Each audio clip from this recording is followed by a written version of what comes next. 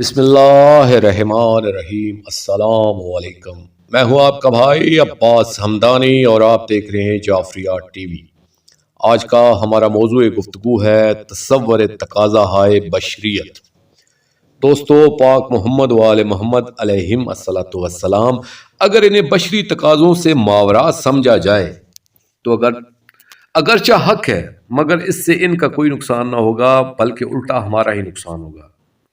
مثلا اگر ہم یہ فرض کر لیں کہ انہیں پیاس نہیں لگتی تو خود دیکھیں اس عقیدے سے کس کا نقصان ہوتا ہے۔ انہوں نے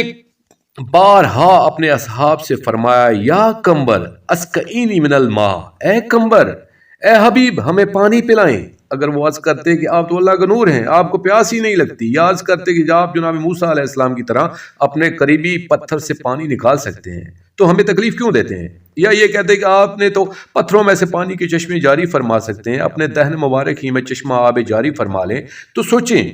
اس جواب سے کس کا نقصان ہو سکتا؟ وہ ذات تو واقع ہی بھوک اور پیاس سے بے نیاز تھی، مگر وہ ایک جام پیش کرنے کے بدلے میں جو کچھ ہمیں عطا فرمانا چاہتے تھے ہم ہی اس سے محروم ہو جاتے۔ ان کا کیا نقصان ہوتا؟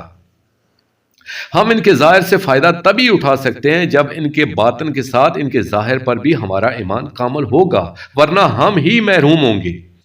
اب خود دیکھیں وہ کتنے خوش نصیب ہیں جنہیں ازلی و ابدی سعادتیں صرف اس لیے ملی ہیں کہ ان کے ظاہر پر کامل ایمان تھا۔ واقعہ کربلا میں دیکھیں وہ کتنے ازلی سعید تھے جنہوں نے ان کی تشنگی کو سامنے رکھ کر اپنی جانیں نچھاور کی ہیں اور اپنی ابدی سعادتوں سے اپنی جھولیاں بھر لی ہیں۔ شب عاشور جناب بریر ہمدانی کے ساتھ کئی جوان پانی لینے جاتے ہیں اور نہر کے کنارے شہید ہو جاتے ہیں اور سعادت ابدی سے سرفراز ہوتے ہیں۔ روز عاشور کتنے جوان ہیں جو اس ظاہری پیاس پر قربان ہوتے ہیں، کیا نعوذ باللہ انہیں ہم مقصر کہہ سکتے ہیں؟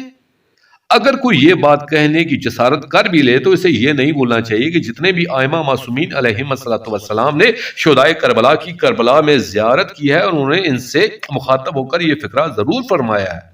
بابی انت وامی، کہ ہمارے ماں باپ آپ پر قربان ہوں، آپ نے تو فوز عظیم کو پا لیا ہے۔ اور دوستو، اور یہ بات بھی نہیں بھولنا ہوگی کہ ائمہ معصومین علیہم السلام کسی کے تقصیریہ فعل پر اس طرح نہیں فرما سکتے۔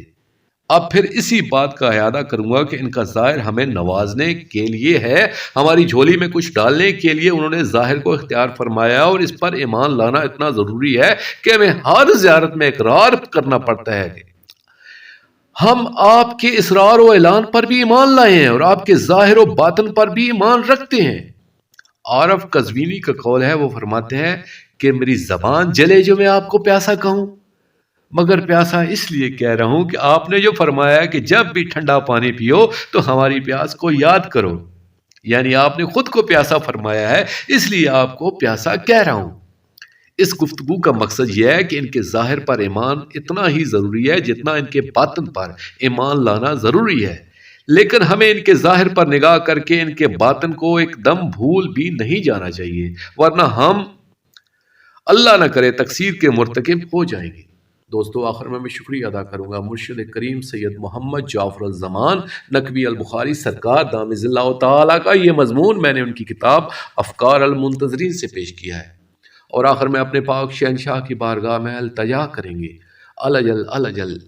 یا ولی المظلومین، یا امان الخائفین، یا بلد الامین، یا فوز العظیم، اجل اللہ تعالیٰ فرجک وصلوات اللہ علیکہ یا رب محمد و آل محمد صلی اللہ محمد و آل محمد واجل فرج آل محمد صلی اللہ علیہ وآلہ وسلم۔